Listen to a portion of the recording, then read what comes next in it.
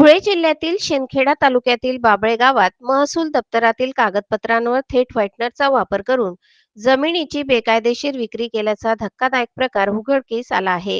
गट क्रमांक 150, 1 आणि 152 मधील वडोल्लीपार्जित जमिनीच्या नोंदीमध्ये मूळ मालकांची नावे वगळून परस्पर विक्री करण्यात आल्याचा आरोप आहे.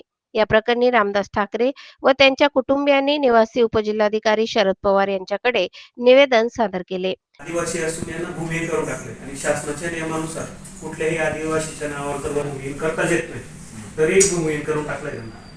तर त्यामुळे रेक्टिफिकेशन झालं का हे सगळं? हो झालेलं आहे, अहवाल जोडलेले आहे सध्या.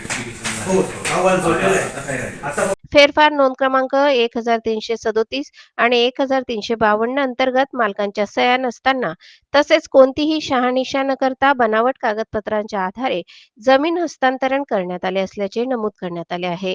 शिंदखेडा तहसीलदारांनी सादर केलेल्या अहवालात विक्री परवानगीच्या अटी व शर्तींचा स्पष्ट भंग झाल्याचेही उघड झाले आहे. प्रशासनाची दिशाभूल करून मिळवलेला विक्री आदेश बेकायदेशीर असून नियमानुसार ही जमीन सरकार जमा होणे अपेक्षित होते. मात्र तसे न झाल्याने संबंधित अधिकाऱ्यांच्या भूमिकेवर प्रश्नचिन्ह उपस्थित झाले आहे. सदर बोगस विक्री व्यवहार तात्काळ रद्द करून जमीन मूळ मालकांना परत मिळावी अशी मागणी करण्यात आली आहे. आमची जमीन आम्हाला मिळायला पाहिजे. आमची जमीन आम्हाला मिळायला पाहिजे. आमची जमीन आम्हाला मिळायला पाहिजे. आमची जमीन आम्हाला मिळायला पाहिजे.